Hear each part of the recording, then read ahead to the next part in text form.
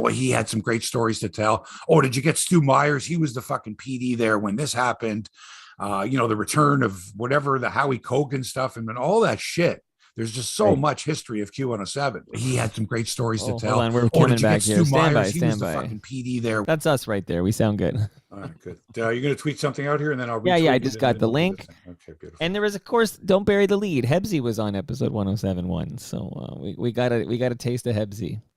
Yeah. I don't even remember when we had that conversation or anything. You went there from Sportsline. So no, I know that, but I'm just saying I don't recall when you and I had the conversation about the Q107 clip. What show was that from? Must have been the first one. It must have been your first visit when we do that 8. It wasn't an independent. You didn't call me and say, "Hey, can you give me a clip?" Oh no, none of them were like they were all from the Yeah. So that's why it was like, when you said whatever it was, episode 89, I'm going, episode 89. What the fuck was that? What did we talk about that day? What was going on in sports that day? Right. Okay, so you should have by now. Did you tweet something? I'm writing it right now, man. I'm writing the tweet right now. So listen, you know what? The whole thing with guests, like I said, this is something I never had to deal with before. And I never like it because it's like, I don't know. It's not like a salesman, like, hey, I'm selling you my goods. Here they are again. It's like, please call me. Like, can you please call me? Oh, I'd love to have some time with you. It's like begging for a date or something like that. I hear you. And I don't like it. And I don't like it. I'd rather you told me first time out, I can't do it. I'd rather you said, like, I really can't do it, but let me give you some dates or something like that. But don't fucking string me along because I can't call someone else and say, look, are you ready to be available on standby in case guest number 1 doesn't do it? When I hear people tell me that, I say, fuck that, man. If I was your first choice, great. Don't be fucking calling me the day before because somebody bailed. Unless they're a buddy or whatever, you know what I mean? Like you can have I feel like I could call you last minute and you'd come do Toronto Mike. Yes, but the thing is that I would hope that you weren't not desperate, but I hope you weren't in a situation where, oh fuck, I've got to have a guest. Okay, let's bring Hebsy in. Right. Like, and like I'm not that I'm here to bail you out, but it's like, oh, I wasn't your first choice. I mean, there's an ego thing involved. Right. So I can't call somebody and say, listen, I've got this big fucking name. It's a big name, but he can't confirm. This is like a couple of weeks ago, the same thing had happened. Right. And the person finally said, I can't make it. And then I did call somebody that was a friend to say, listen, I don't know, it's short notice, but could you? So, but I don't want to go through stuff like that. I hate that shit. Well, it is your show. Like you determined the format switch for 2022. You changed a few things up or whatever. You got to retweet that. I know. And look, we had some great. You're the boss. But what happens is a lot. I realize going back a lot of times, I'm just in the middle of something, and it's like, the guest pops up. Right, the guest pops up, and it's like, okay, do I continue on with this because there's a good 5-10 minutes more in this bid or whatever, right? Or do I have to say because there's the guest? So, joining us. But you want my sincere opinion? No, I want your insincere opinion. Well, I want you to lie to me. Lie to me, okay? All right, lie to me. That's the thing of yeah. What is your sincere opinion? My favorite Hebsy on sports, or when it's Hebsy on sports, I feel like I miss the old format when it was just we went through all the sports. We got the Hebsy takes, the Hebsy rants. I asked a dumb question now and then, more or less. It was like a 90-10 split. We got Hebsy on sports, and now that half of the hour gets cannibalized by some guest, let them go on some other stupid show. I hope Jamie Campbell's listening to this one. What the fuck? No, there's exceptions. No. There's exceptions. Jamie's a good one. All the guests we've had have been good guests. Sure. But to if there's something big that's going on and you're like, man, I got to be good to my guest. I got to, make nice with the guest. We got a guest here, right? And then and then you're sitting around like going like, okay, well, it's been Mark and the guest now. And then I have to kind of go, Mike's been patiently sitting here. I know you got to introduce to the dials, you say hello to do that. Yeah, kind of a thing like that. It's just too informal. So fuck it. Today it's Canada Day, everybody. So let's go. Roll. Tell me when to go. I'm not even watching. I have to look at the video feed here to get your cue, and then we're going to get going on this because it's Canada Day, man. It's Canada Day. Here we go. Recording in 5, 4, 3. The following podcast is brought to you by Crosswinds Golf and Country Club in Burlington. Just 45 minutes from downtown Toronto, you'll find the most beautiful, the most affordable public golf course in the entire province.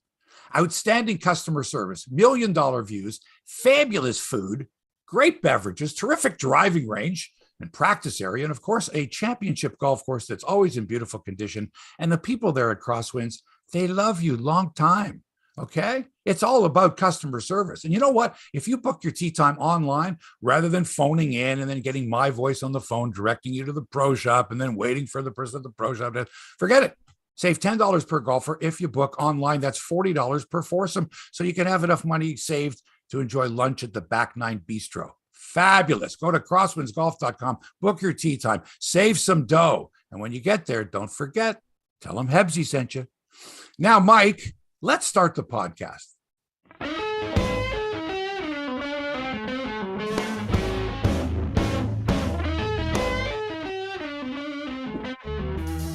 Happy Canada Day, everybody. Welcome to Hebsy on Sports, episode 291, the Canada Day edition. You know, some people on holidays like this, they don't work, right? We're off, man. You know, most people sleep in. Not me and Mike. Oh, no. We got sports to talk about, and what a weekend it's going to be, and what a week it was. Today on the show, what more do the Toronto Blue Jays have to do? Like, really, what more? Maybe fill a few more seats. I'm a little disappointed in some of the crowds this week. I know last week of school, blah, blah, blah, blah, but come on. You had the Red Sox here. I don't know. Should be more. But what do they have to do as far as like winning and losing? I mean, they're playing great baseball. They take down the Rays. They've got 9 potential all-stars, 6 finalists, and then pitchers and add-ons. Are they the best team in baseball? No. Are they having more fun than any other team in baseball? Yes. Yes, they are. And so should their fans. So what if we're 12.5 back of the Yankees? The Yankees aren't that good. We hope. Yankees are going to suffer some injuries or something. We hope. The Jays going for a 5-game sweep of the Rays this weekend. When was the last time? Anybody? A 5-game sweep in a series. Come on. I'm waiting. Look it up. Go ahead. Baseball this weekend. It's going to be great in the city. It's going to be fantastic. A terrible week at Wimbledon if you're Canadian. Terrible. They're all gone. Oh, you know, that reminds me of Munich. So, what? The line from Munich, the massacre. Anyway, there's. It reminds me. Mike, it's yes, Canada Day. It's Canada Day. You take 3 words I say and say, "Oh, they're all gone." That reminds me of Munich, the massacre. Dude, that's Happy not Canada Day, everybody. Thank you. There you go. Hey, Kevin Durant wants to be traded. What do you think? Raptors? Durant. What would he do? What a player, though, right? Wow. Like, it's not like he's on the downside of his career. I'm sorry. I don't care if he's in his mid-30s. He's awesome. We got to talk about it. I would take him on the Raptors. Go ahead and make a deal. Trade the whole team for him. No, you don't need to trade the whole team for him. You don't need to trade. You just got to take that salary on. And speaking of salaries, did you see some of the money that the NBA players are signing for? Free agencies coming in, these players are signing these unbelievable contracts, hundreds of millions of dollars. Talk about that. Hockey Canada losing sponsors by the second. Ooh. Maybe they want to come and join up with you and me, Mike, these sponsors, these big-time sponsors. Because you're going to get transparency from this show. Right. You're going to get honesty from this show. No cover-ups on this show. Oh, my God. And what about the alleged 8 players who were there in the room, okay, with this woman when the sexual assault took place? Okay? What are they thinking right about now? What about the guys that weren't in the room, yet they're all being painted with the same brush? What about those guys? Hey, man, I had nothing to do with it. Start naming names, or at least getting some of the players who weren't part of it saying, hey, man, I might have been part of that team, but Rogers Hometown Hockey is no more. No. They're all gone. Oh. No, they're not. No. Ron Ron's still there. Ron's still there. Is it okay for a reporter who covers the Colorado Avalanche to have his picture taken with the Stanley Cup while smoking a cigar? Beat reporter. Does he lose credibility, or is it okay because he's part of the team, sort of? And he went through all that too. So what the heck? It's a picture. And Mike, since it's summertime, I want to go over some of the shows that I've been watching and make some recommendations for binge watching, because really, except for baseball, We don't have the daily, when's the next Stanley Cup game? When's the NBA? Those seasons are finished. Right. They're done. So it's like now it's summertime. And I don't know about you, but there's times where I just want to veg out and watch, I don't know, 6 episodes of something or just love it. Love it. I want to so find out what let's I should ask add the to listeners, my, ask the viewers as well, and you, some of their top picks for recommendations, because I love the recommendation. Someone turned me on to We Own the City, and I'm like, this I've seen is it. fantastic. I mean, if you love The Wire, right, you'll love this show.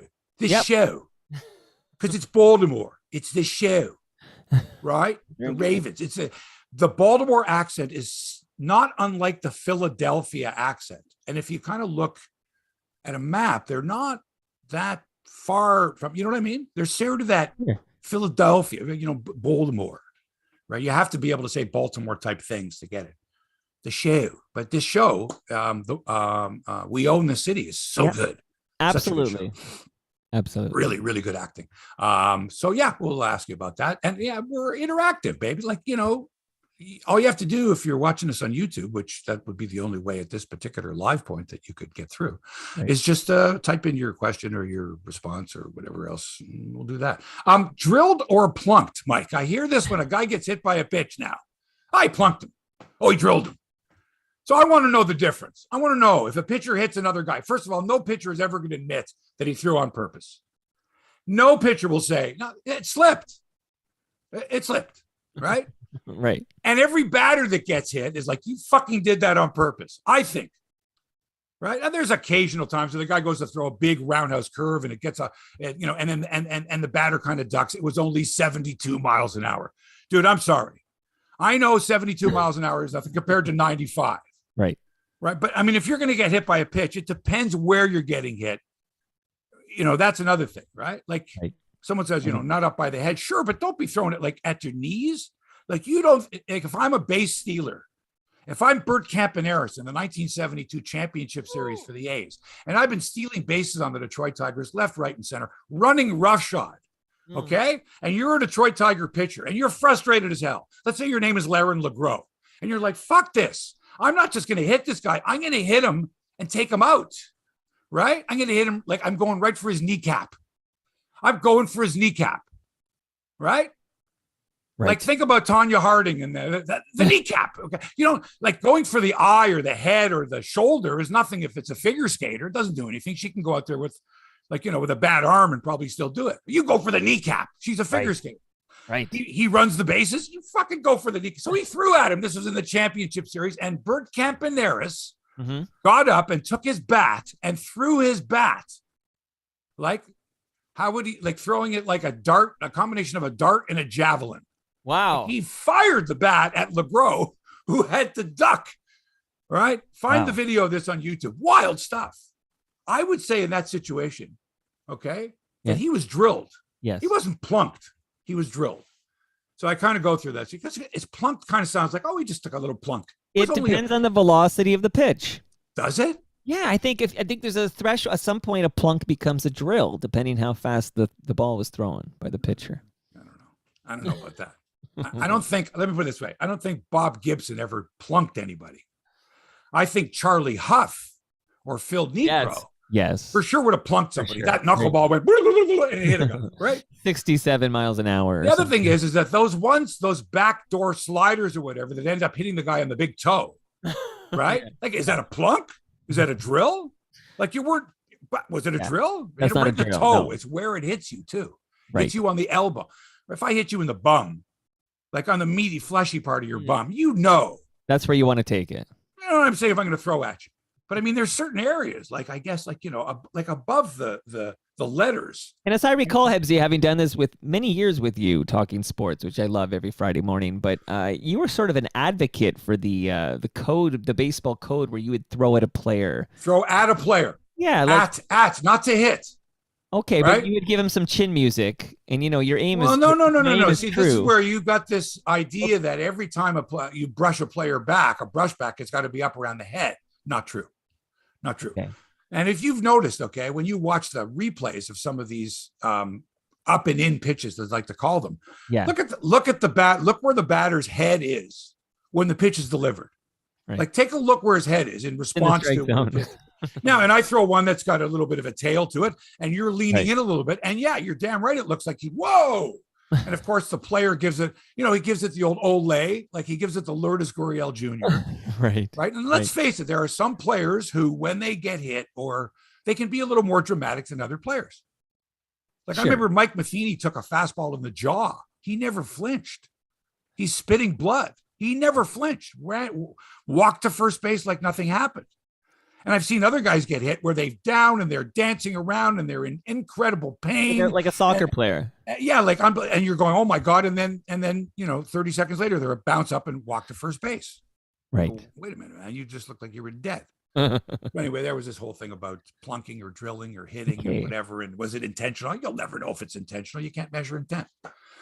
All right, 6 Blue Jays players are finalists for the upcoming All-Star game in Los Angeles on the 19th of the month. And by the way, this All-Star, it's on Tuesday. The All-Star game's on a Tuesday, but they've got the previous weekend as part of the All-Star festivities. There's going to be like an old-timers game. They don't like to be called old-timers. Legends game, futures game. It's like NBA All-Star weekend, except the game is on a Tuesday. So when's the home run derby? On the weekend? I don't know, man. Oh. No, I think the home run derby is always the Monday. Okay. Sure. Don't ask me too many questions about it. Okay. Yeah, I thought you did your homework.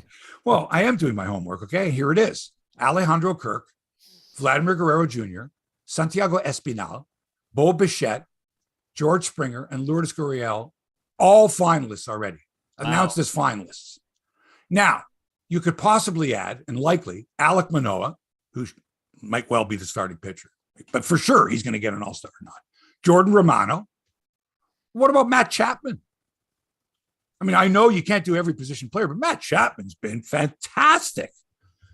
Right? Like, literally every guy on the Jays has been great. It's a team of all-stars, Hebsy. It's a team of all-stars.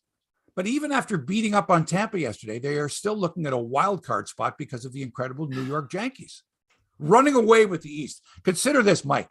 Had Tampa beaten the Jays last night, let's just say, every team in the American League East would have had a winning record in the month of June. Wow. Never happened. Wow. Incredible. Okay. Instead, Tampa was 2 games below 500 for everybody else. Baltimore had a great month too. And this is the wild one.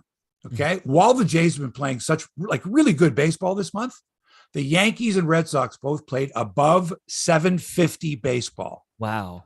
Both of them in June. First time it's ever happened. 2 teams, same division, over 750 baseball. That's nuts. How good do you have to be? And how many trades do you have to make to improve this team? Because you're not going to get your reinforcements from the minor leagues. I'm telling you this right now. Don't even think about it.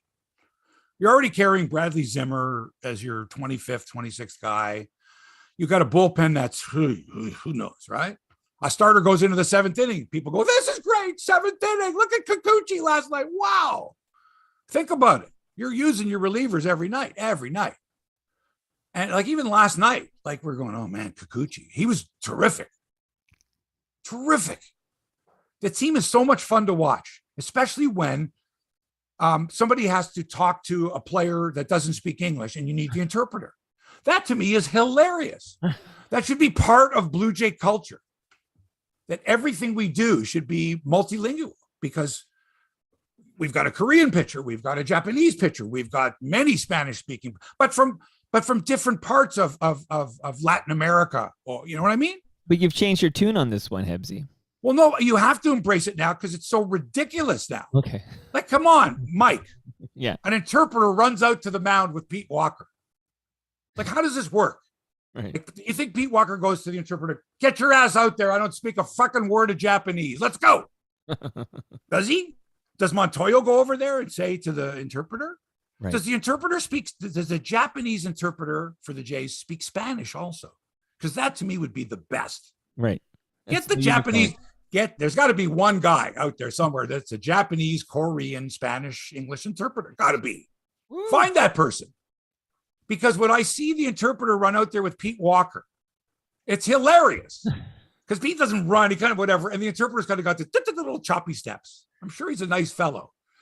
And he's standing in the middle of a mound conference with 27,000 people watching him. I'm thinking, like, what is this guy doing? So Walker stands there and he puts his hand over his mouth, right? Because he doesn't want anyone lip reading. So for those watching. It's like this. So he's talking. He's looking at the pitcher and speaking to the pitcher in English with his hand over his mouth. Okay. The interpreter is standing next to him. And Walker's not looking at the interpreter going, tell him this, this, and this. He's looking right at Kikuchi and saying it. And the interpreter is interpreting, but he's not covering his mouth. So he's telling Kikuchi in Japanese what the deal is. And I'm going, for sure the Tampa Bay Rays have got to have somebody that speaks Japanese, that's lip reads Japanese. It's going, hey, he's telling them to throw the slider or something. We're making them earn it, man. You got to earn it. But it just looks so funny because Walker's got his hand over his mouth, because guys are just used to that now. I'm sure that's what they do just instinctively now. They're just so used to putting their hand over their mouth so no one can read their lips. But the interpreter's not into that at all. I just think that's hilarious. Hilarious. And then during the game, so I don't know if there was an announcement. I wasn't at the game, but I hear Shulman kind of go, "Oh, that was Kikuchi's 400th career strikeout." Kind of like who gives a shit? But kind of like that. But somebody like maybe Scott Carson or someone said, "Hey, sure. Career strikeout number 400," and I'm laughing. It's a nice round number. This is what it's come down to. This is what the stats have come down to. Absolutely meaningless statistics, unless they're put in context, and if they are, even more meaningless.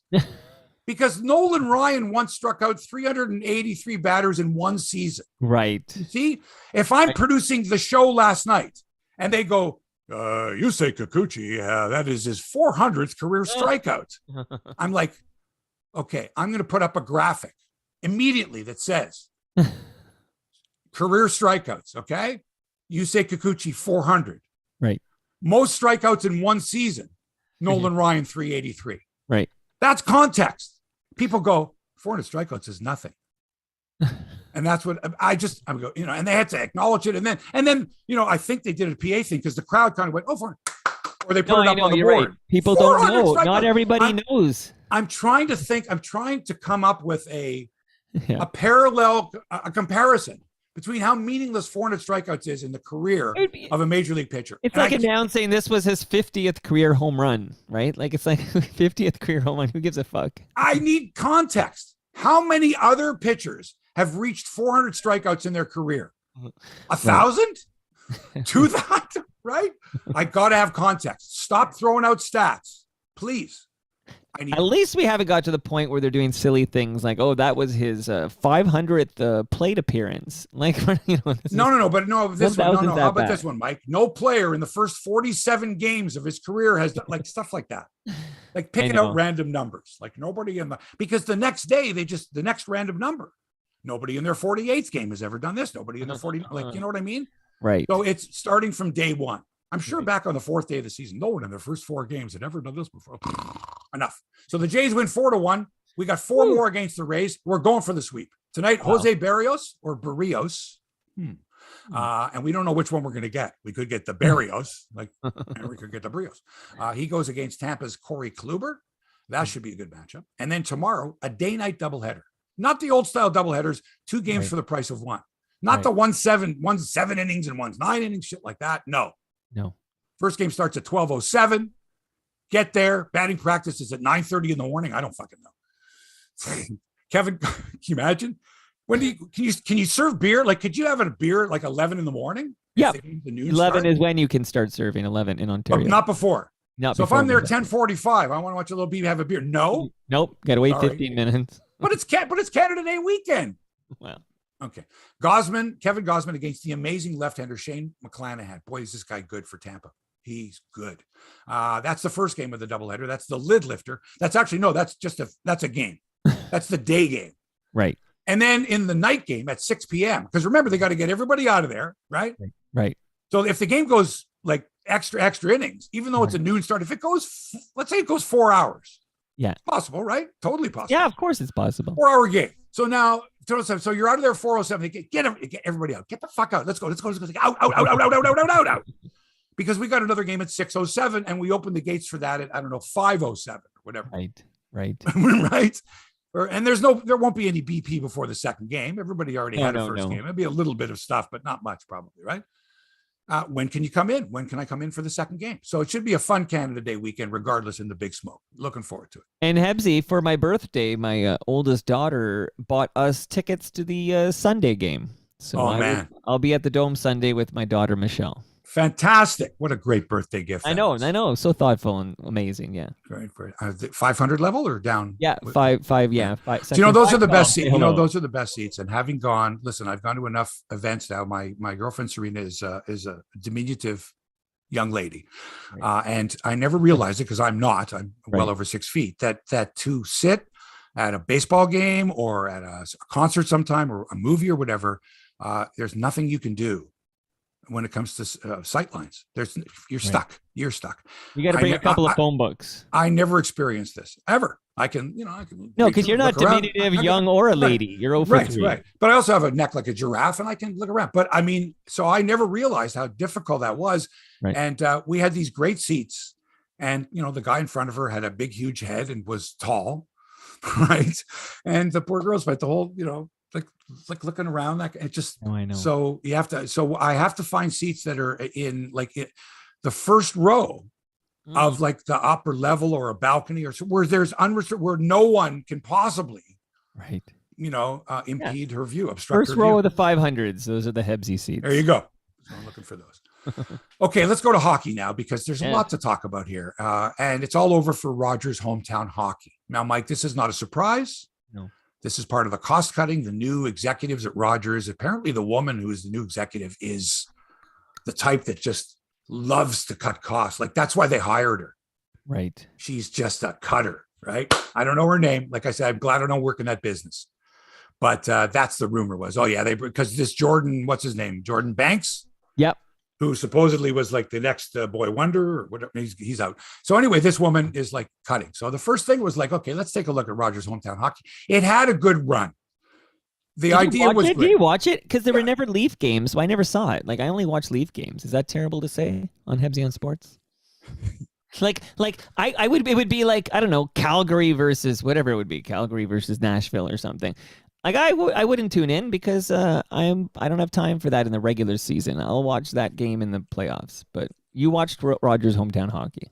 No, I didn't say that. Oh well, I had seen some of the stuff. I'd seen some of the features, but no, you're right. If I watch all the Leaf games, so I can't watch. Okay, all so you're like me. I don't feel so bad now. That's me. You shouldn't have felt bad in the first place, man. I don't like the fact that you have to think before you say something. Well, I'm in the presence of sports greatness. It's a lot for me to have on my shoulders here. People think this is easy. I'm with the great, the legend. Oh, stop it. Just stop it. You already said at the beginning, we're having a conversation here, right? Yeah. I mean, I don't want you to go, oh, I'm afraid. Okay, so I never watched. I'm afraid to say what's on my mind. Mike, don't ever. I'm afraid to say what's on my mind. That's what this is for, this show, right? If you're pissed, you're pissed. Oh, okay, so I'll leave it just to say I never watched Hometown Hockey. So you have no comment on this is what you're saying. Well, I sounded like a nice thing to have, and I know you're going to cost a fortune. Got to send a whole crew to Prince Rupert this week, and you got to present Charlottetown next week. You got to send a crew to occasionally you'd have the Ontario ones, but still it's a road trip, man. You're paying for accommodations. You're paying for your crew to be there, not just for a day or two. They're there for like the week, right?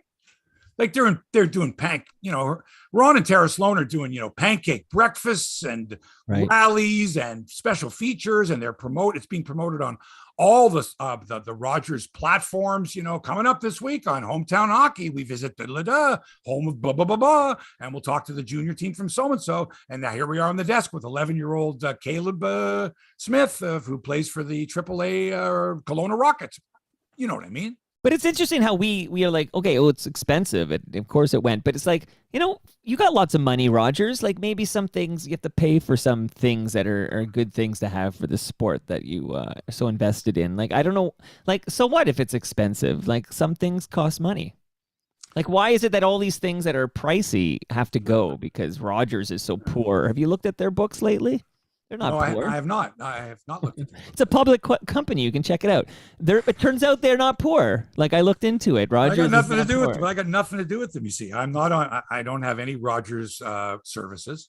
Okay. All right. Avoided them. Well, it's hard. It's hard. You only have two real options in this. And I never worked for the company, nor did I ever want to work for the company. When I worked for Sportsnet, it was owned by CTV. Right. Rogers. And I've heard horror stories. But is it so much better on the other side? Like, Oh, I don't know. I don't know. It seems to me that things at TSN are much more stable and have been since ever. They were there first. You know, when I worked at Sportsnet, it wasn't Rogers, it was CTV. Right from the very beginning, my boss was like, "We've got to beat TSN," and I went, "Are you out of your fucking mind? Like, are you fucking nuts?"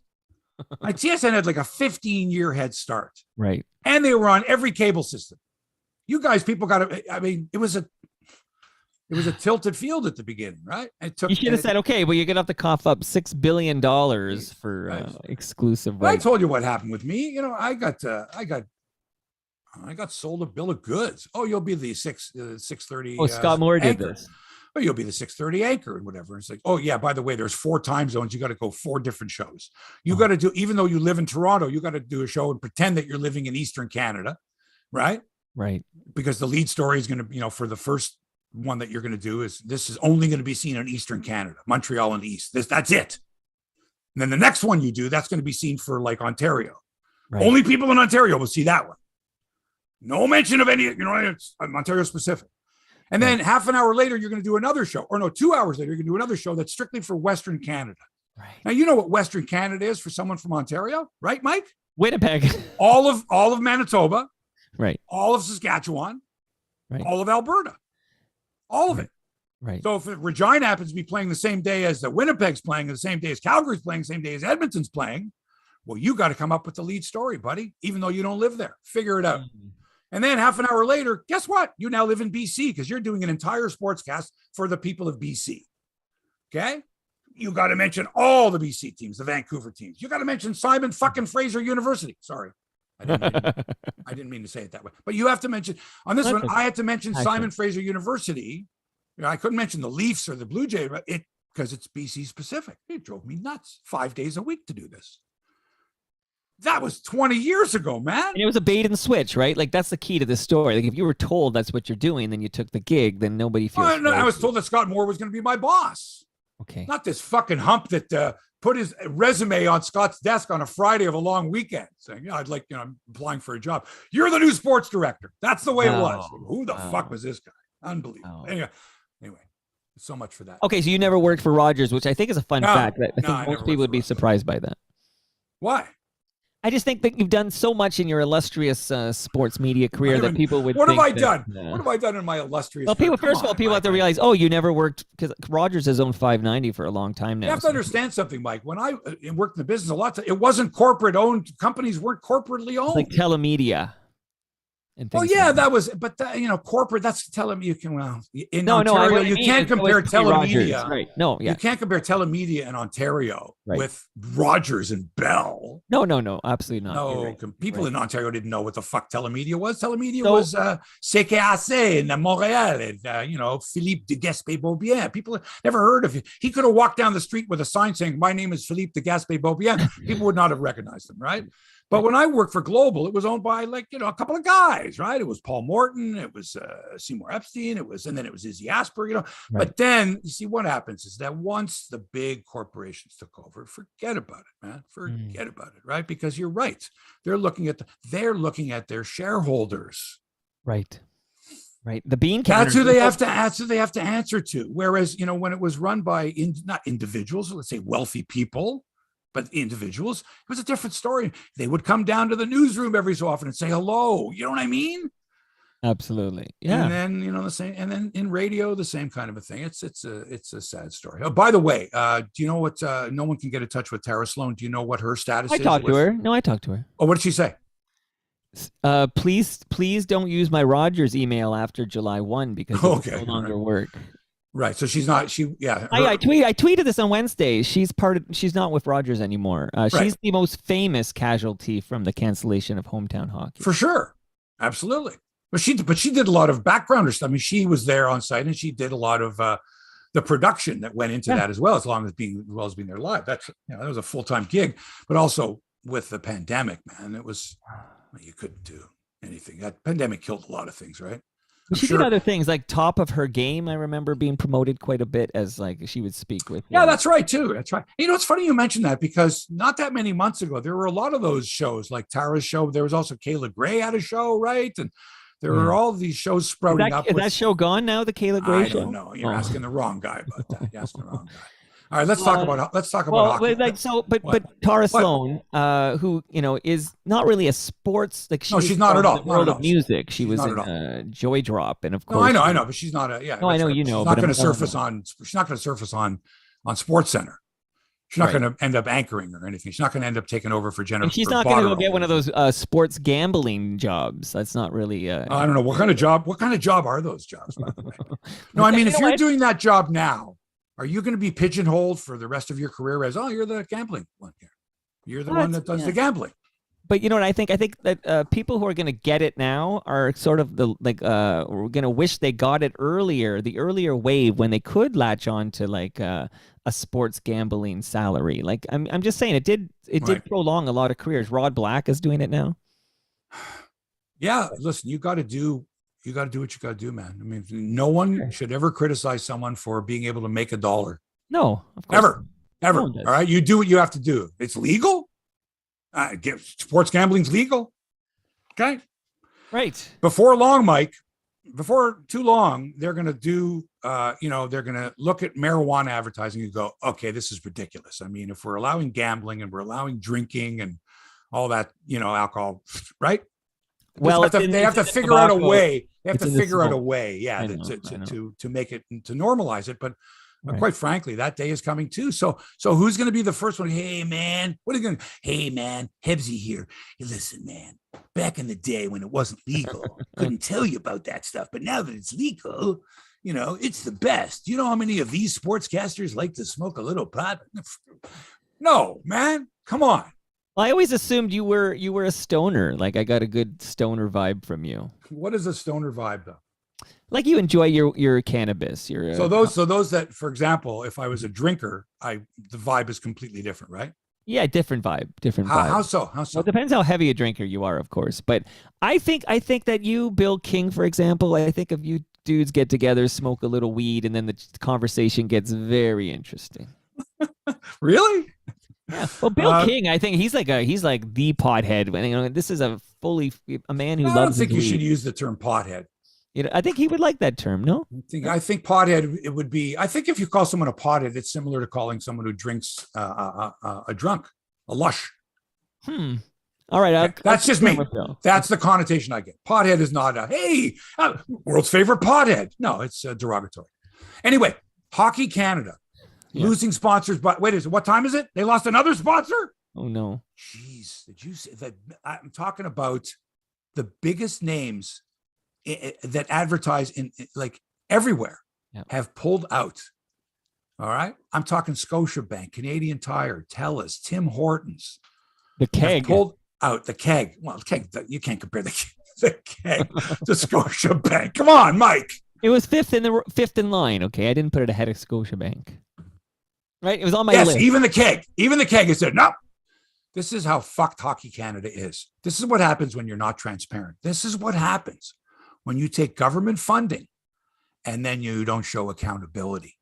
You go behind people's backs. You pay off people. All right.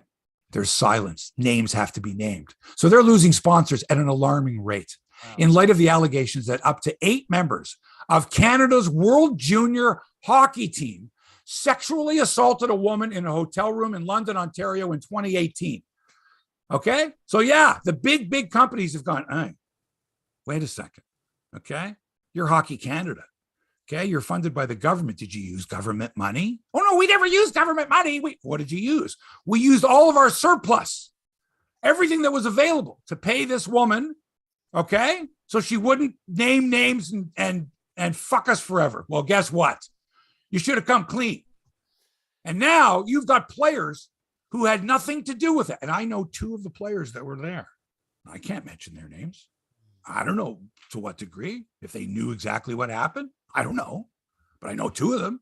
But I can't mention their names. But I think everybody knows who they are. 2 big names. Okay, NHL players today. Well, one of them isn't Victor Mete, who said he was on that team. He said, hey, hang on a second. I was a member of that 2018 team. All right. I don't like the fact that names have not been mentioned because it adds to my name. Okay. Me being part of that group. I'm under suspicion and I wasn't there. I was in the Caribbean with my family taking holidays. So don't even include me. And let's have some fucking transparency. And he's 100% right. Mike, if I was on that team and 8 of my teammates were in a hotel room, whether I knew everything about it or nothing about it, I got to come clean. I got to say, hey, man, I'm not ratting on anybody. I'm fucking saving my own ass. I wasn't there. Okay. Now the investigator says, I remember this is supposed to be, says, do you know who was there? He goes, yeah, I know. Right. You have to tell us. So he has to tell them if he knows. Now that's some heavy shit. But if you're Hockey Canada, you can't be saying, oh yeah. No. It's everything's good. And if you're one of those 8 players, you're shitting yourself. You are. I'm troubled by this, Mike. How do you know of a couple of players who are definitely there? Like, how do you know that? Oh, I do. I know from other people who know that they were there. Yep. Wow. I know 2 of them for sure. But that doesn't mean that they were part of it. They were there, meaning they could have come in and out of the room. They don't have found out what happened afterwards. I don't know. Right? And the only ones that know were the ones that did it. You see, the ones that didn't do it cannot categorically say, oh yeah, he did it. Right? He could say, I wasn't in the room at the time. When I left, he was in the room. But I don't know what happened after I left. I don't know if he was still there or he left 2 minutes later. You see? And I don't know how much of this was ever when the original investigation was done, if there even was one, in-house or whatever. I don't know. It's just, but again, imagine being one of these guys, Mike, and someone says, yeah, they're name names. You go, oh, they can't. They've already, the settlement's been made. It's confidentiality agreement, et cetera, et cetera. It can't happen. Can it happen? Should it happen? Do we want to know as Canadians? Should Hockey Canada be transparent? Fuck yeah. Fuck yeah. And money talks, right? Money. And this is a huge financial hit Hockey Canada's taking. You drop those big names, and when you lose the keg, you've lost the soul of the country. And also, what does this do by association to the National Hockey League? Because, like I said, 2 of these players that I know for a fact are in the NHL. They're playing in the NHL. Sure. What happens if it comes out? Or what responsibility does the NHL have, or the individual teams? And even like the Chicago Blackhawks case, the Chris Beach, that's not settled. Was that settled? There's still questions that have to be answered. It's messy, man. Does this affect at all? Because I know the World Juniors are going to be in August this year. And sure, it does. Are you kidding me? Well, that's the big TSN showcase, right? This is the other thing. All right, the fact that Rick Westhead, a TSN reporter, Bell Media employee, I guess, right, is breaking the story. The association that TSN has had with Hockey Canada is, probably the strongest of any 2 associations, in the world. Really think about all the years that they've had the association. So for TSN and Bell to go, oh no, we can't let this happen. I think it speaks well for Bell Media. There's a conflict, but man, you got to get the truth out there. Especially a company that's, come on, Bell, let's talk. I mean, it's all about transparency, right? It's all about. And I mean, Rick Westhead can't do his job if he has to be concerned with conflicts of tremendous, doing a tremendous job. But also, what he's doing is he's putting the pressure on Rogers. And look, when I watch Hockey Night in Canada, do I want to see something on this? Sure, I do. I want to see journalism, right? Their competitor, TSN, Bell, do fantastic journalism. I don't see David Amber or Ron McLean going on. They've. Well, I don't know. How much have they addressed it? I haven't really noticed very much at all. Do they have their reporters out there, digging away at stuff? No, because they're trying to sell the game, Yep. And TSN is like, they're doing the good journalism. Pretty interesting. Okay, so what do you think about this guy, Denver Post reporter Mike Chambers, a beat reporter for the Denver Post? Posed with the Stanley Cup. He's got a cigar in his mouth. He's holding the Stanley Cup. He's got a big smile on his face. Now, I don't even know who the journalist was, but someone came along and said, hey, this is not cool. Not cool. Right. What do you think? Well, I think it is not cool. Like, I don't think the if you're supposed to be an objective, like, I'm not talking about somebody who works for the Well, what do you? Well, wait a second. Like, I'm not talking How Hazel do you May. differentiate, Mike? I would differentiate like this. If Hazel May poses with the World Series trophy, it's different to me than if Steve Simmons poses with the World Series trophy. Okay? It's different to me. It's because I would view Hazel May as part of the official broadcast team meant to promote, like, basically a cheerleader for the Blue Jays on many levels, whereas Steve Simmons is supposed to be an independent, objective reporter covering this team. Okay, good. So in this case, this guy is the Denver Post reporter. The Denver Post is so he shouldn't do it. Is a bad look. Like, it's I don't read the Denver Post, but I'm thinking supposedly it is, a like, would you major do it when you newspaper were that's now with an online presence. I mean, it's been there for many years. People who read the Denver Post trust it as a trusted news source, and therefore their reporter is reporting objectively on the Colorado Avalanche. Right. Right. Like, Hebsy, man, when you were at Sportsline, you were covering Blue Jays a lot. Let's say they did win it all in '85. Let's go back in time there. Would you have a cigar in your mouth posing with the World Series trophy? No, of course not. No one would. No one would. But there wasn't social media back then. But still, you wouldn't do it. It's almost like there's a demand, like, oh man, as long as box. I'm here, can you just take a picture of me? You know what I mean? It's sort of that immediacy of, well, as long as I'm here. Right? But anyway. No cheering in the press box. I don't personally like seeing it. I don't like seeing it. I mean, I think that if in the summertime he was at a guy's cottage, right? Oh, by the way, how about Bo Byram yesterday in the Stanley Cup parade? Goes to get a couple of beers, jumps off the truck, gets a couple of beers during the parade, goes to go back on the truck. A cop stops him, says, "Hey, where do you think you're going?" He's like, "Man, I'm a player." He goes, I missed that. He's wearing his jersey, his Colorado jersey. But again, he's got backwards hat, sunglasses, sneakers. And this cop who, sees a guy with a Bo Byram jersey, doesn't think it's the real, like, he's not thinking straight. I guess he's like, hey, you can't. And he gets detained.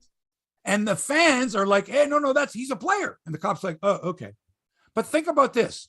Everyone all the players are there, but people are at the parade and they're wearing their favorite players' jerseys, right, Mike? Right, of course. Yes, of course. So it would be like, I don't know. I'm just trying to think.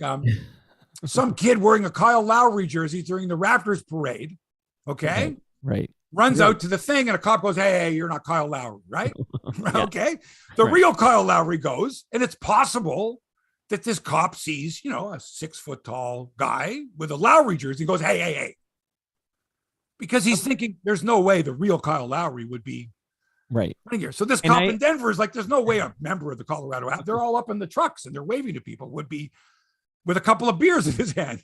Am I right? The only reason you picked Kyle Lowry was because you thought, what's a height that you could find people in the crowd that would be that height? It was Kyle Lowry. Well, I was trying to make a comparison where an average guy could get away with pretending to be Kyle Lowry, and an average Colorado Avalanche fan, a 6-foot white guy with a backwards baseball cap wearing like a jersey that has the name of a player would be a common thing. Cop would go, some kid. I mean, he is a kid. Should have special. He just happens to play for the Avalanche. But you've heard stories. You've heard stories of players, being refused at the clubhouse. Who are you? I'm a player. What do you mean you're a player?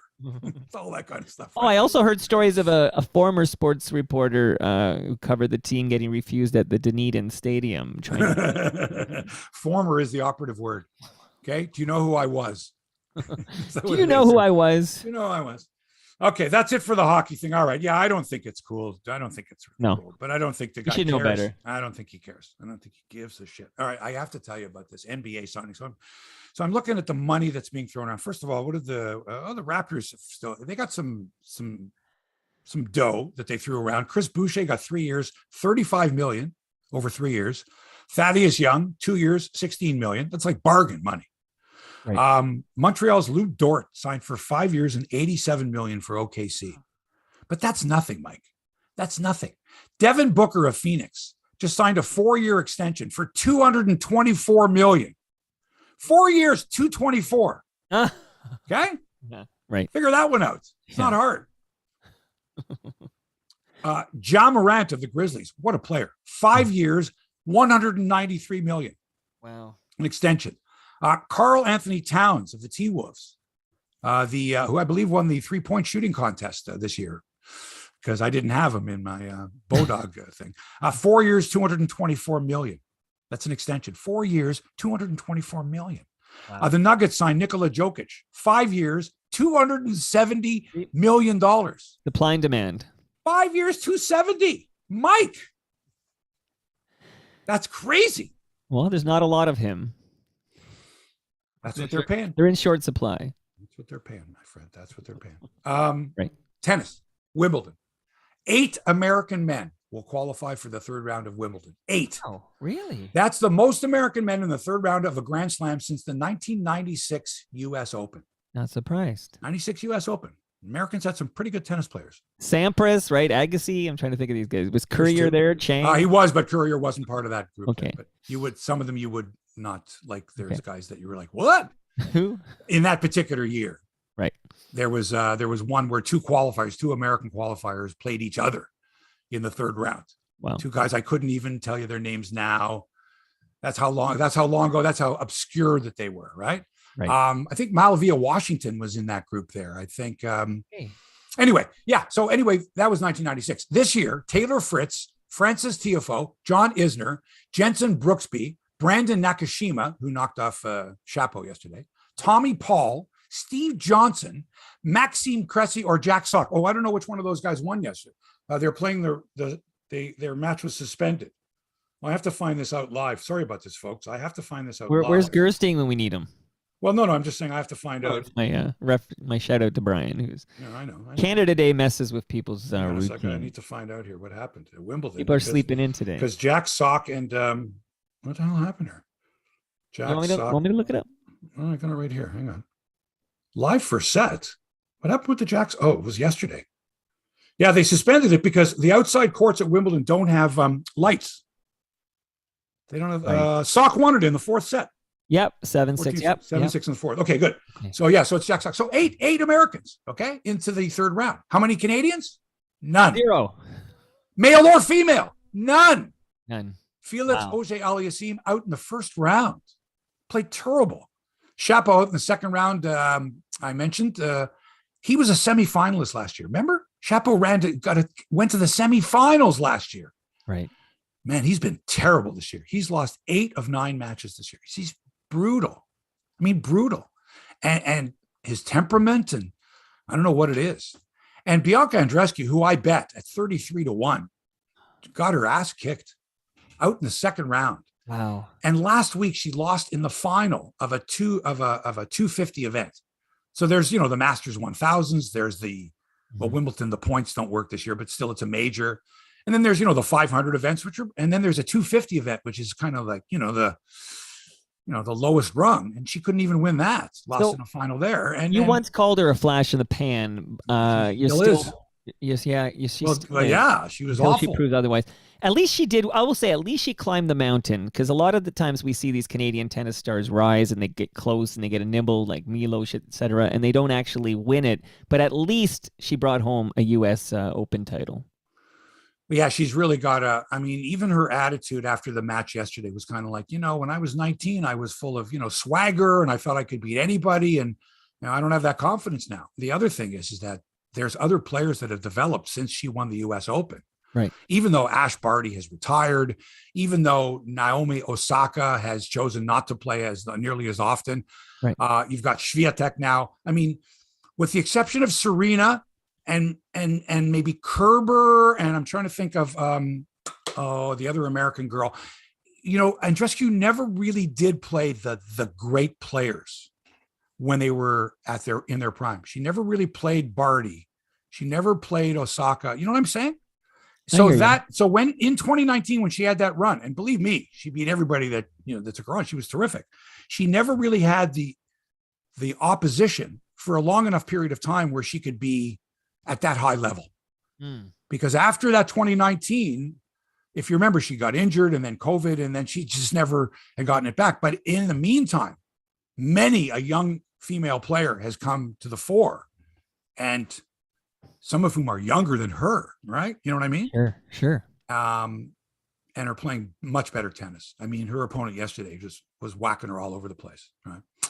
So it's going to take some time. And even then, she has to develop her serve again. I mean, she used to have a pretty good serve that, was tough to return. And I didn't see that at all. Her opponent was, serving very well. Anyway, and I bet her too. And I made some money off of her last week, as a matter of fact. I got some good odds. I think I mentioned to you, I've been betting BB, but I'm watching her matches closely and she's not there.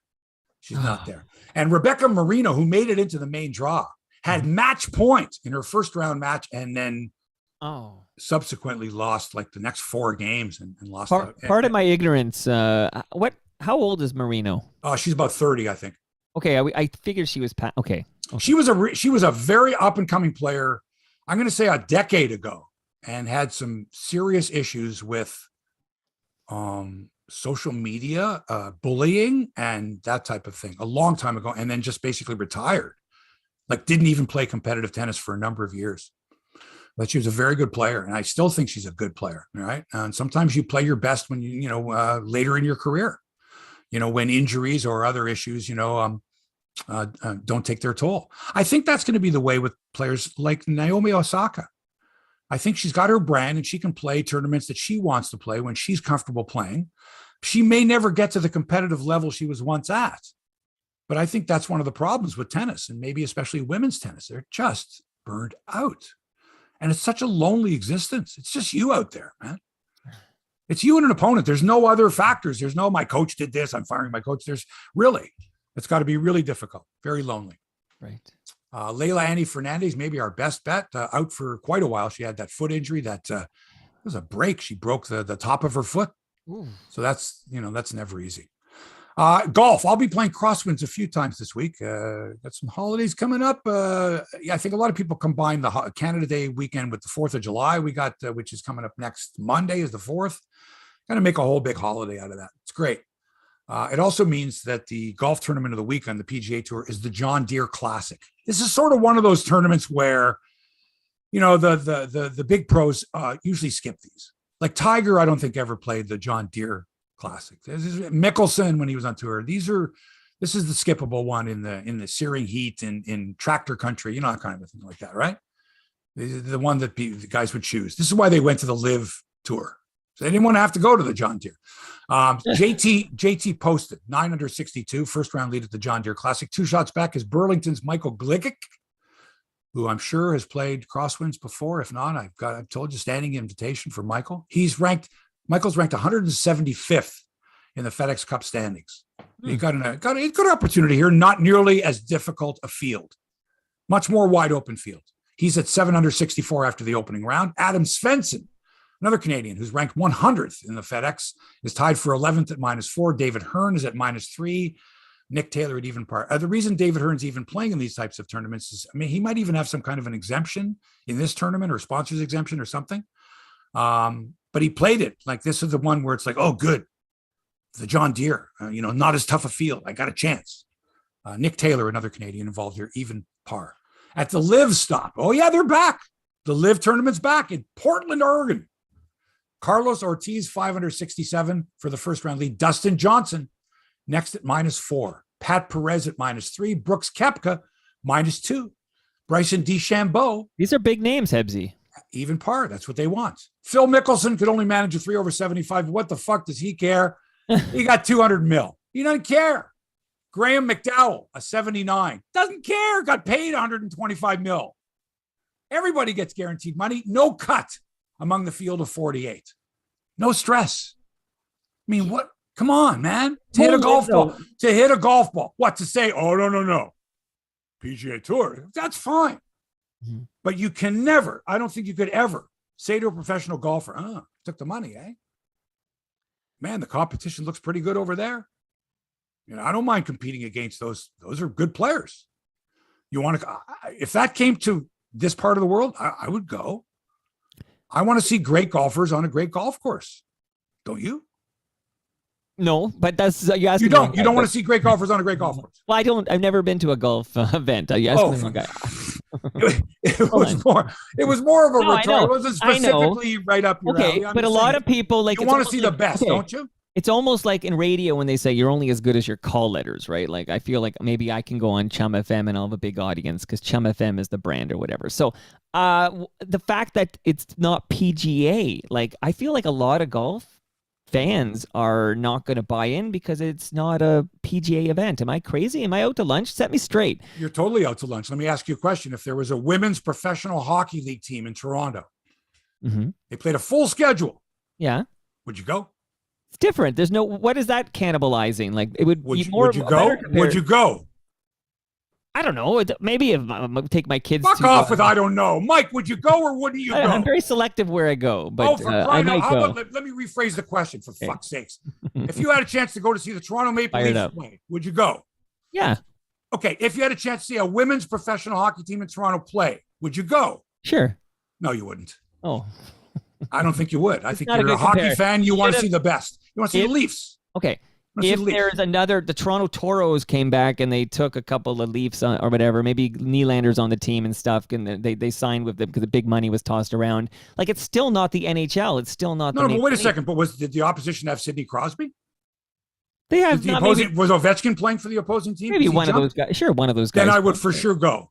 See, that's where If Connor McDavid jumped, I would for sure go. Okay, so this live, it's only on YouTube, right? They don't have a broadcasting partner. Am I wrong about that as well? Maybe you have some catching up to do here. I think you have some catching up to do here, buddy. If you want to get involved in this sounds conversation. Like the KHL, if they were going to sign Ovechkin and they were. I just mentioned a bunch of names. You're telling me that if I said, names. Mike, it's not the PGA Tour, but right over here at Glen Abbey, it's Bryson DeChambeau, Brooks Koepka, and Dustin Johnson are going to play. You're going to go, fuck them. I couldn't care less. Give me some big names.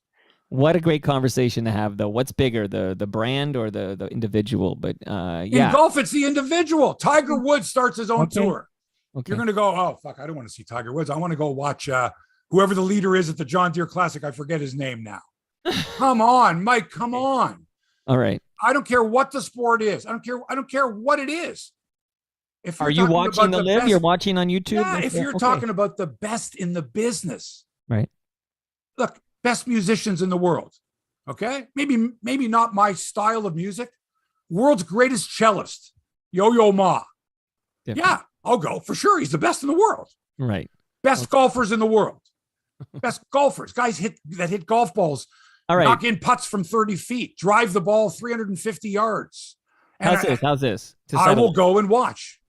Do you think, and I don't know the answer, so I'll find out later and I'll get back to you. Is humble Howard Glassman watching the live tournament? He absolutely is. Okay. He's watching the best golfers in the world. He wants to see what happens between Brooks Koepka and Bryson DeChambeau if they happen to be in the same group together. And DJ and Phil. And he wants to see these guys because these are great golfers. Then I stand corrected. Once again, you've enlightened me. You need to do your homework.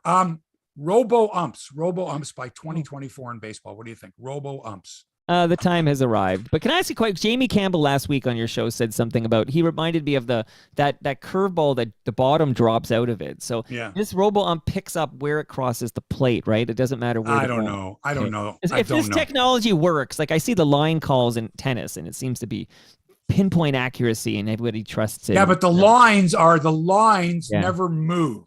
Right. The lines don't move. The lines don't get obscured. And every player you have to ensure that the technology, right? Like for example, that like Vladdy, for example, right? He's going to look at a pitch that's going to get called a strike, and he's going to look. He can't look at the umpire, but for sure, he's not going to just have a blank stare. He's going to look up skyward, or he's going to go. Right. He's going to question the electronic thing. When a tennis player, looks at a ball that wasn't called out, and then signals, a challenge. Right. Okay. They challenge it, but they're challenging electronics, right? You see what I'm saying? So they have to accept the response. If we trust the technology, I think they have to accept the response. The tennis players now knows that they must accept the response of the line, right? Of the electronic line. They must. Right. But just in case, they've got actual lines callers. Whereas last year at the Australian Open, I know for a fact, and a couple other ones, it was all automated, if you remember. There were no lines persons. There was only a chair umpire as a human being. The rest was all done electronically, and you couldn't argue the call. There was no arguing the call. Right? Then it's time. I believe it in 2024. Let's bring in these robo umps. But and then you've get rid got to of have no human challenges error. then. How do you do the challenge system? You No can't challenge. challenges then. It's the same for each team. It's objective and Right. it's fair. Beep, it's a goal. Beep, that's count. Beep, strike, ball. Beep. Like, I don't know, man. It's just going to be weird. And plus, I love seeing umpires. I love waiting that delayed half second to see if the umpire signals strike or not. Well, we'll have to adapt. When I see that pitch, okay, Right. right on the corner there, and then they show the replay in 3D, and then they invert it, and then you see that at the strike zone, it was low. Maybe a bit of the ball caught the strike zone, okay? Right. And you look at that, and now you're going to tell me that all of that is going to be incorporated into this new technology? Beautiful. I trust you. I don't need to see the pictures of it. Beep, strike. Here's the 3-2 to Vladdy. Beep, strike 3. Beep, beep, beep, beep. And what about if he doesn't swing? What if it's a half swing? Well, that might require a human. No. They should have a sensor in there as well. They got to be a sensor in there that if the head of the bat crosses that line, beep, beep, beep, beep. Okay, then I'm all for this. Let's just get it right. It's going to be fucked. You're going to have to reduce the game to 7 innings if you're going to do this. It'll just that's a bridge too far. Like, okay, it'll be too goofy. Okay. Before we go, so here's so what have you been binge watching? What have we? Okay. Oh yeah, I wanted. Okay. What have we been binge watching, Mike? You start us off because we own the city. I watched it and thoroughly enjoyed it, but I watch everything that he makes, Simon makes, because I love The Wire and all of his stuff, actually. But that was another good one. I loved it very much, and I'm glad to hear you liked it as well. I did. I really did enjoy it. So here's what I've got. The first one, number one, is Shoresy. Shoresy is amazing. Shoresy is an unbelievable show, and even if you're not a hockey fan, but like I had said before, you got to be quick, man. You got to be, it's like Ted Lasso. You really got to be sharp, and you really got to get some of these inferences and references. And oh my God, some of them are just, they're spectacular. I love shows like that. I'm like, because I'll get the joke maybe a beat and a half after the line has been delivered, right? I'm like, oh God, that was good. Just sensational. And there was one, so I'm watching, so Shoresy's great, but on Ted Lasso, there was one line. I have to tell you the line. Yeah. I have to tell you this all in context, right? So now it's one of the players for the soccer team that Ted Lasso is coaching. And he comes in to complain that to one of the coaches, that the coach singled him out in front of the other players and made him feel foolish, right? Whereas the other two players that were involved in the hijinks, they weren't chastised nearly as much as this particular player, who's not a great player, but the other two players who were stars, they weren't chastised. So the player comes in to say to the coach, how come you chewed me out, but you didn't chew out, so-and-so and so-and-so? And the coach says, well, so-and-so and so-and-so they're different. They're like Picasso and Gauguin. And then the kid goes, pedophiles? And the coach goes, no, artists. And I laughed so hard. And my girlfriend, and we had to rewind it to hear it again. It was brilliantly done. All right. It was so funny. But it was it was so fast. The dialogue was so fast that you had to catch it. And if you caught it, it was like, one's Picasso, one's Gauguin. Pedophiles? No, artists. And then on to the next thing. And I'm like, oh my God, that was brilliant. It's a smart joke, actually. It was so smart, but the kid, it was just brilliantly written. And I just love that. I love that when whoever wrote that, they looked at it and went, oh, that's beautiful. Oh my God. And then when the actors saw it, he went, oh, fuck, this is good. And the whole scene, you just went, oh, what a great line that is. That's great writing. And the actors pulled it off beautifully. And also it's one of those open-ended ones where you could have written that about anything, right? You could have put two names in there, and the answer instead of pedophiles could have been, knuckleheads, sex deviants, whatever the case. Very funny. All right, let me shout out a few shows recently I've thoroughly enjoyed. Okay. And some of these are not so new, so you probably say, Mike, I watched that last year. But Succession is fantastic on HBO, and I love the finale, and I can't wait for the next season of Succession. Yeah, I haven't finished season 2. Again, the gap between shows sometimes is I have to remember what happened in season 1. Right. I have to kind of look at it, and if I don't watch it for a while, I'm like, oh, geez, where did I leave off? See, and sometimes if I go back to whatever I was watching it on, it will remember. Yes. but sometimes it doesn't. Depending how you get at it, though. In I my know. Bell 5, there's 2 routes, and if I go I through know. the app, it remembers. And anyway, I but okay. know. So the other one I absolutely loved. It's got a couple seasons. It's called Euphoria. So Euphoria is on HBO. That's so, on HBO. Euphoria. Yeah, unbelievable. Oh, really? Okay, I have not Unbelievably heard of good. that. And there's a special by Bo Burnham called Inside, which anybody who wants to ask me about TV, I say go watch Inside. That's on Netflix Nice. by Bo Burnham. It's amazing. And more recently, I did enjoy. I liked how they did Severance. So Severance is, I think, it's on Apple TV. It is. It's on Apple TV, same as Ted Lasso. And can I add the morning show, which I'm thoroughly enjoying? Jennifer Aniston, yeah. Thoroughly enjoying. And again, that was from last year or whatever, but I never had Apple TV until recently, and I had to because of Ted Lasso. I watched morning show as well with Monica, and we enjoyed that as well. Oh, I didn't know Monica was in that show. Yeah, excellent. And Barry is, oh yeah, oh my God, superb. Bill Hader is, oh my God, what a show. I mean, it just gets crazier and crazier. Oh, it's sort of like Breaking Bad, where you're first watching, and then I don't know, by episode 3 or 4, you're like, holy shit, like that. All right, and that's like Barry. Barry is like, whoa. I got to revisit. So last one, because this is a sports podcast. You did mention Ted Lasso, which is has a sport in it, but I enjoyed Winning Time. I enjoyed excellent it very much. Yeah, so and I like the good. portrayals. So yeah, very, very good. All right, my friend. Listen, you and your family have a happy Canada Day weekend. Enjoy. You too, Hebsy. You too, buddy. Happy Enjoy. Canada Day. I will. And to all of our listeners, a happy Canada Day. And to those who aren't Canadian, happy 4th of July. Enjoy. And it was lovely speaking with you today. What about the Europeans who are listening? Europeans? Well, you said if you're not Canadian, happy 4th of July. You assume all non-Canadians listening are American. Yeah, that's right. They are, aren't they? Who else is listening to us? Oh, there's some people in Sweden who enjoy it, and I don't know. You don't know. You don't know. You're just giving me a hard time. That's what you're doing. You're good at that. You're good at that. Okay, that's it. That's it for episode 291 of Hebsy on Sports. Thanks to Toronto Mike, as always, for production and inspiration. Hit him up at Toronto Mike. And if you're a music fan, definitely check out the Q107 episode. 3 hours plus of gold. And features some Hebsy man in episode 1071. Oh, I never got to tell the Jim Veal story either. Never got to tell that story. Boy, I bet you there's a lot of stuff on the cutting room floor from that episode. Okay, thanks to our terrific sponsor, Crosswinds Golf and Country Club in beautiful Burlington.